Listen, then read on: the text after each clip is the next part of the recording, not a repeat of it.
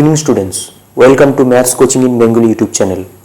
আগের একটি ভিডিওতে আমরা ক্লাস 9-এর বৃত্তের পরিধির একটি ক্লাস নিয়েছিলাম, যেখানে বৃত্তের পরিধি কী জিনিস, অর্ধবৃত্তের পরিধি কী জিনিস এবং বৃত্তের পরিধির এই চ্যাপ্টারের কোষে দেখি 16-র অন্তর্গত 1 নম্বর দাগ থেকে 7 নম্বর দাগ পর্যন্ত অঙ্কগুলো বুঝিয়ে দিয়েছিলাম এবং সমাধান করে দিয়েছিলাম। আজকে আমরা 7 নম্বর দাগের পর থেকে অর্থাৎ 8 নম্বর দাগ থেকে অঙ্ক শুরু করব। তার আগে বলে দিই, তোমরা যদি পার্ট 1 ভিডিওটা বা আগের ক্লাসটা না দেখে থাকো তাহলে তার লিঙ্ক ডেসক্রিপশন বক্সে দেওয়া আছে, কিংবা কমেন্টে তোমরা দেখতে পারো। আগের দিনের ভিডিওটা যদি দেখে নাও আজকের ভিডিওটা বুঝতে কোনো অসুবিধা হবে না। আর আজকের এই ভিডিওতে আমরা অঙ্কগুলোকে সম্পূর্ণরূপে বুঝিয়ে তারপর বোর্ডে করব, তাই এই ভিডিওটাকে মাঝখানে ছেড়ে না দিয়ে পুরোটা দেখতে থাকো, সমস্ত ডাউট এই চ্যাপ্টার থেকে ক্লিয়ার হয়ে যাবে। চলো ক্লাসটা শুরু করি। প্রথমেই আমি আগে বলবো যে আগের দিনে যে দুটো সূত্র পড়েছিলাম সেই সূত্রগুলো ঝালিয়ে নেব।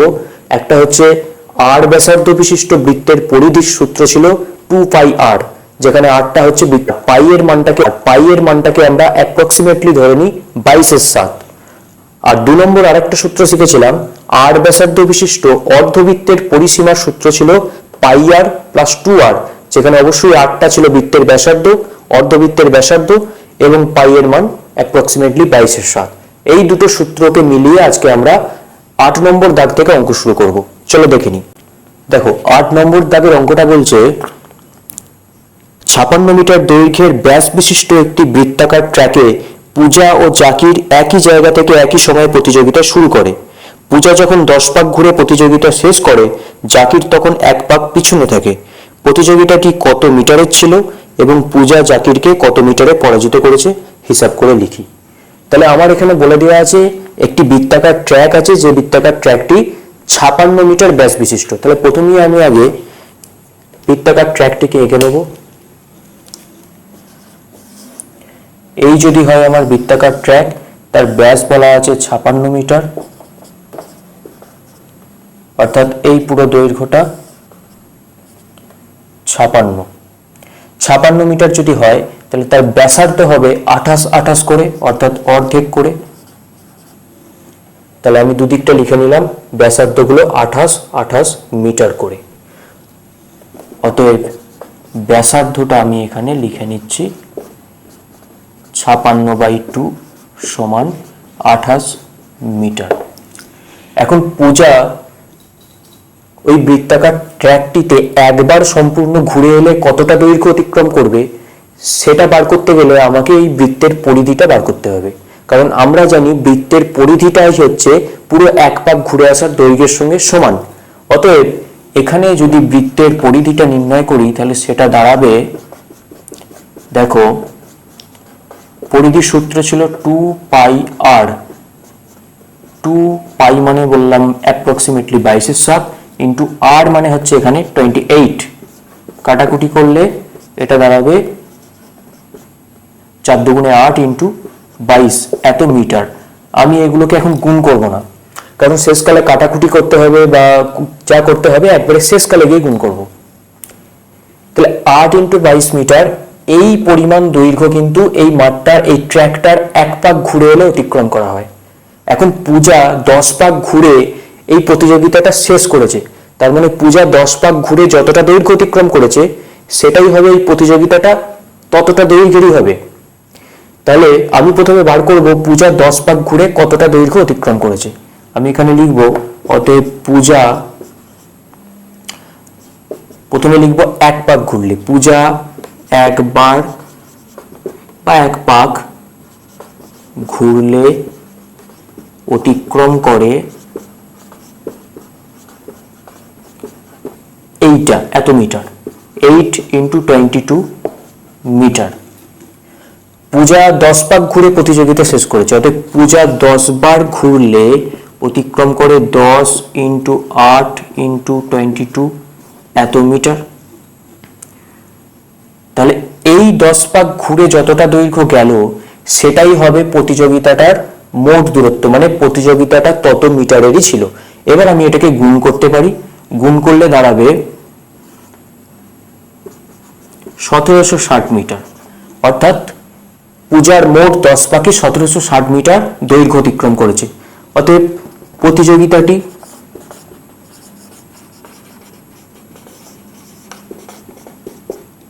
মোট 1760 মিটারের ছিল। একটা উত্তর বেরিয়ে গেল। আর একটা উত্তর চাওয়া হয়েছে যে প্রতিযোগিতাটিতে যখন পূজা 10 পাক কমপ্লিট করে সেই সময় জাকির তার থেকে 1 পাক পিছনে ছিল। তার মানে 1 পাকের দৈর্ঘ্য হচ্ছে এখানে 8x22 মিটার। 1 পাক পিছনে থাকার অর্থ হচ্ছে এই পরিমাণ দৈর্ঘ্য সে পিছনে পড়েছিল। তাহলে আমি এখানে লিখতে পারি জাকির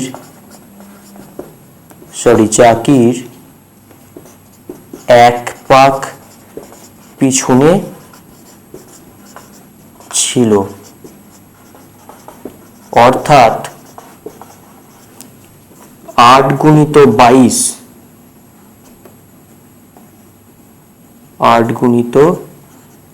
22 সমান 176 মিটার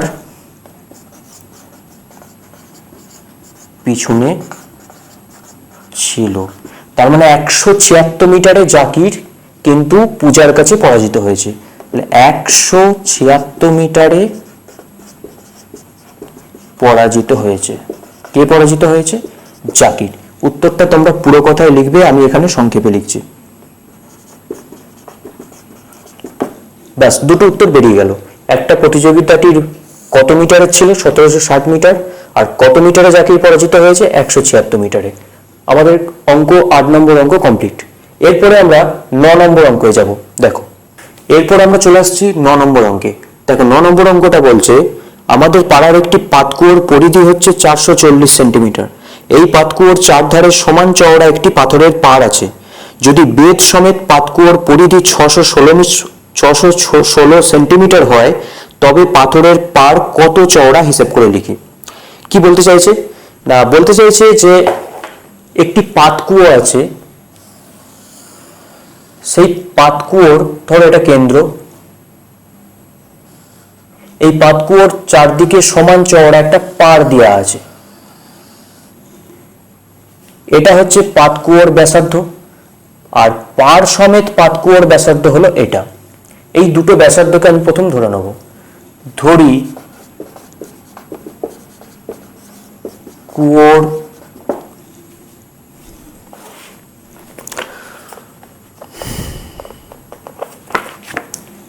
ব্যাসার্ধ R1 সেমি, আর বাইরের যে ব্যাসার্ধটা সেটাকে আমি ধরে নেব R2। এবং এবার বাইরের যে ব্যাসার্ধটা সেটা হচ্ছে পাড় সমেত বা বেদ সমেত, পাড় সমেত কুয়োর ব্যাসার্ধ R2 সেমি। আমাকে এখানে বার করতে বলছে এই যে পার্টটা আছে তার বেধটা কত, অর্থাৎ এইটুকুটা, এই পোর্শনটা কত, এই চওড়াটা। এই চওড়াটা তোমরা দেখেই বুঝতে পারছো। এই চওড়াটা বার করতে গেলে, অর্থাৎ আমাকে যদি এই চওড়াটা বার করতে হয় এখান থেকে এতটা, এই দৈর্ঘ্যটা বার করতে গেলে আমরা এই পুরো R2 থেকে যদি এই দৈর্ঘ্যটা বাদ দিই, পুরোটা থেকে, অর্থাৎ পুরোটা থেকে যদি এই পরিমাণটা বাদ দিই, অর্থাৎ R1 বাদ দিই, তাহলে আমাদের পড়ে থাকবে শুধু কিন্তু এই পরিমাণটা, এই পোর্শনটা। অতএব পাড়ের বেধ কিন্তু দাঁড়াবে R2 মাইনাস R1 সেমি। এটা হলো পাড়ের বেধ, মানে এই চওড়াটার কথা বলা হচ্ছে, এইটা দৈর্ঘ্যটা, এই চওড়া দৈর্ঘ্যটা। এখন দেখো বলা আছে কুয়োর পরিধি হচ্ছে 440 সেন্টিমিটার। অতএব কুয়োর ব্যাসার্ধ যেহেতু R1 ধরেছি, অতএব কুয়োর পরিধি আমার এখান থেকে দাঁড়াবে 2 পাই R1 সেমি। আবার পাড় সমেত কুয়োর পরিধি সমান হয়ে যাবে 2 পাই R2 সেমি। ঠিক আছে, কারণ পাড় সমেত কুয়োর ব্যাসার্ধ ধরা হয়েছিল R2 সেন্টিমিটার। এখন এই 2πr1টা বলা আছে 440 আর 2πr2টা বলা আছে 616। অতএব আমি যদি এখানে এটা করি শর্তানুসারে, তবে আমাদের বার করতে হবে এইটা r2 r1। r2 r1 কিভাবে আনবো? দেখো, যদি এই পরিধিটা থেকে 2πr2 থেকে আমি 2πr1 বিয়োগ দিই, এই দুটোর মান জানা আছে, প্রথমটা 616, দ্বিতীয়টা 440, তাহলে কিন্তু আমি এখান থেকে r2 r1 এর একটা কিন্তু এক্সপ্রেশন পাবো। 2π কমন নিয়ে নিলে দেখো ভেতরে আসবে r2 r1 আর এটা আসবে 176, বা r2 r1 2π কে সব ওদিকে নিয়ে গিয়ে গুণ ভাগ করে আমার দাঁড়াবে 176/2 গুণিত 22, ওপরে উঠবে 7টা। এবার আমি যদি কাটাকুটি করি তাহলে আমার দেখা যাবে 8/22 হবে 176, 2 কে কাটলে 4, ঠিক আছে। তাহলে উপরে পড়ে থাকছে 4 গুণিত 7 সমান 28 সেমি। কি চেয়েছিল? পাড়ের বেদ। r2 r1 পাড়ের বেদ কত বেরোলো? 28 সেমি। অতএব পাড়ের বেদ, সরি r2 r1 আর লেখার প্রয়োজন নেই, 28 সেমি। এটা হচ্ছে উত্তর। এই হয়ে গেল আমাদের 9 নম্বর অঙ্ক। এরপর আমরা চলে যাব 10 নম্বর অঙ্কে, এবং 10 নম্বর অঙ্কটা হচ্ছে মোস্ট ইম্পর্টেন্ট। চলো দেখে নি। দেখো, এরপর চলে আসছি আমরা 10 নম্বর অঙ্কে। 10 নম্বর অঙ্ক কি বলছে না, গ্রামের নিয়ামত চাচা একটি মোটরের চাকার সঙ্গে বেল্ট দিয়ে একটি মেশিনের চাকা যুক্ত করেছেন। মোটরের চাকার ব্যাসের দৈর্ঘ্য 14 সেমি এবং মেশিনের চাকার ব্যাসের দৈর্ঘ্য হচ্ছে 94.5 সেমি। মোটরের চাকা যদি প্রতি সেকেন্ডে 27 বার ঘোরে, তবে মেশিনের চাকা ঘন্টায় কতবার ঘুরবে? তাহলে এই অঙ্কটাকে একটু আমরা ছবির সাহায্যে প্রথম বুঝে নেব। দেখো, এই হচ্ছে মোটরের চাকা, এর ব্যাস বলে দেওয়া আছে 14 সেমি, আর এই হচ্ছে মেশিনের চাকা, এর ব্যাস বলে দেওয়া হয়েছে 94.5 সেমি বা 50 সেমি। তাহলে মোটরের চাকার ব্যাসার্ধ আর মেশিনের চাকার ব্যাসার্ধ কি হবে? এই ব্যাসের অর্ধেক হয়ে যাবে। এরপর বলা আছে মোটরের চাকার সাথে মেশিনের চাকাটাকে এইভাবে একটা বেল্ট দিয়ে জোড়া আছে।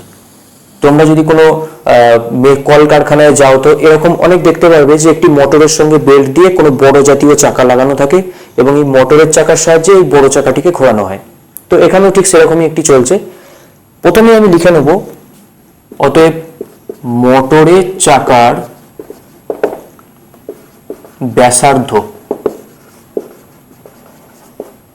সমান 14/2 সমান 7 সেমি এবং মেশিনের চাকার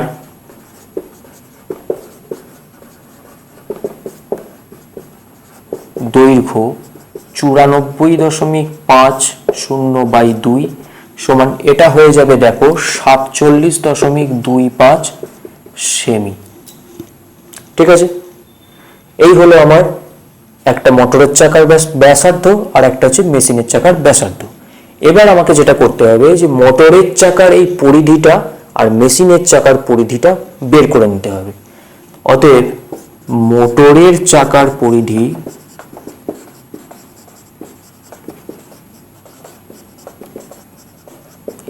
সমান 2πr, মানে 2/22 আর মানে হচ্ছে 7, 7 কেটে গেল 44 সেমি।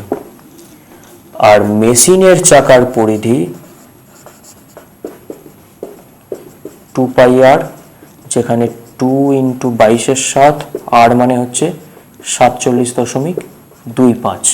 যদি আমি দশমিক তুলে দিতে চাই, নিচে 100 দিয়ে ভাগ করে দেবো, কাটাকুটি করে দেখি কি আসে। 7 দিয়ে যদি কাটি এটাকে, 6 × 7 = 42, 675। আবার এটাকে যদি আমি 5 দিয়ে কাটি তাহলে হয়ে যাবে 135, নিচেরটা 20। আর একবার 5 দিয়ে কাটি 27, 4, 2 2 4 2 11 22, বাস নিচে সব কেটে গেছে, ওপরে আমার পড়ে থাকছে 11 গুণিত 27 এত সেমি। গুণ করার প্রয়োজন নেই, পরবর্তীকালে কাটাকুটি হয়ে শেষকালে আমরা গুণ করব। এখন মোটরের চাকার পরিধি 44 সেমি, তার মানে মোটরের চাকাটা পুরোপুরি এক পাক ঘুরলে 44 সেমি দৈর্ঘ্য অতিক্রম করবে। মেশিনের চাকার পরিধি 11 গুণিত 27 এত সেমি, তাহলে মেশিনের চাকাটা পুরোপুরি এক পাক ঘুরলে 11 গুণিত 27 সেমি যাবে।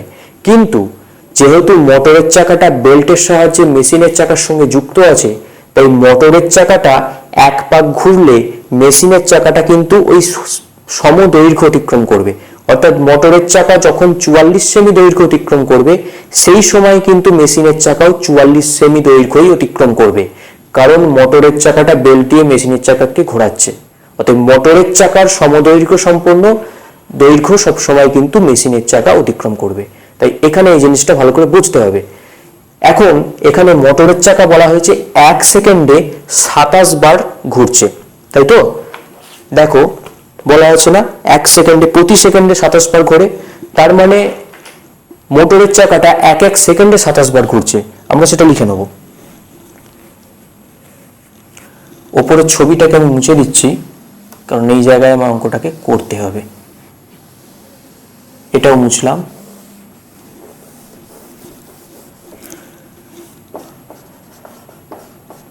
মোটরের চাকা 1 সেকেন্ডে 27 বার ঘোরে,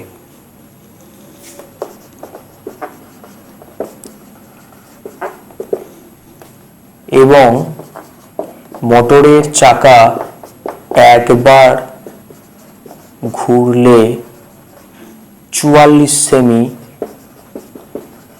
পথ বা দৈর্ঘ্য, যা খুশি বলতে পারো, দৈর্ঘ্য লিখলাম, অতিক্রম করে। তাহলে একবার ঘুরলে 44 সেমি দৈর্ঘ্য অতিক্রম করে, তাহলে 27 বার ঘুরলে কত দৈর্ঘ্য অতিক্রম করবে?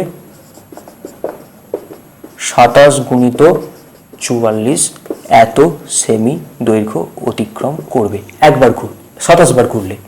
এখন এই 27 বার ঘুরে এই পরিমাণ দৈর্ঘ্য যে অতিক্রম করছে, সেটা কত সময়ের মধ্যে করছে? 1 সেকেন্ডে। তাহলে আমরা লিখে নেবো সেটা। দেখো নিচের অংশটা মুছলাম।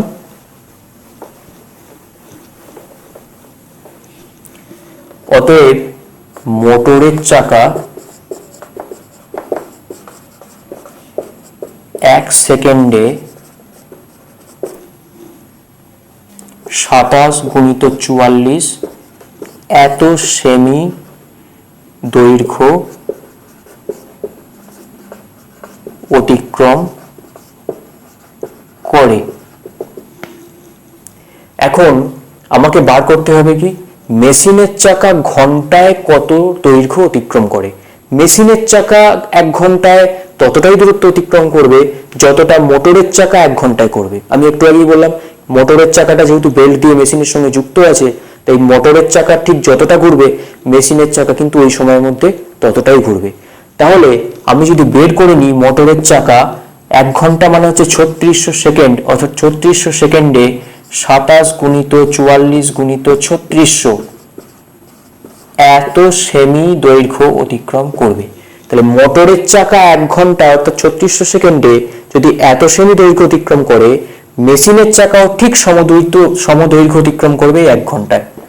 অতএব মেশিনের চাকা 1 ঘন্টায় অতিক্রম করে 27 গুণিত 44 গুণিত 3600 এত সেমি দৈর্ঘ্য। ঠিক আছে, এখন আমার প্রশ্ন কি চেয়েছে? প্রশ্ন চেয়েছে 1 ঘন্টায় মেশিনের চাকাটা কতবার ঘুরবে। এটা বার করার জন্য আমি দেখতে হবে যে মেশিনের চাকাটা যখন একবার ঘুরেছিল, তখন মেশিনের চাকাটা কতবার গিয়েছিল।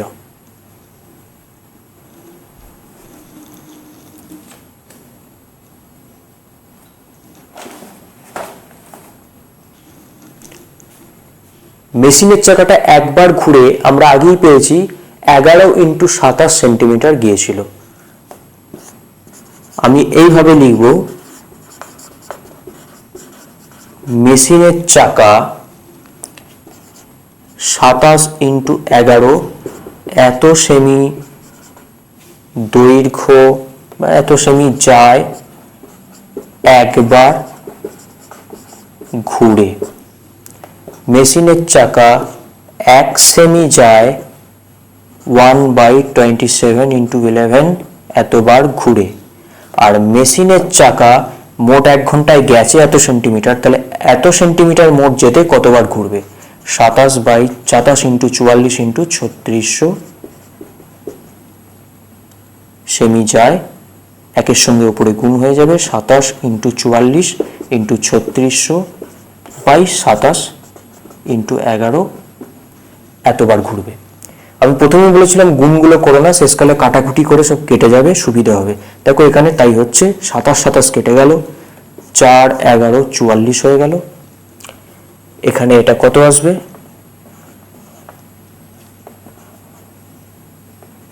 14,440 বার। তার মানে 1 ঘন্টায় মেশিনের চাকাটা কিন্তু 14,440 বার ঘুরবে। তোমরা উত্তরটা লিখে দিও।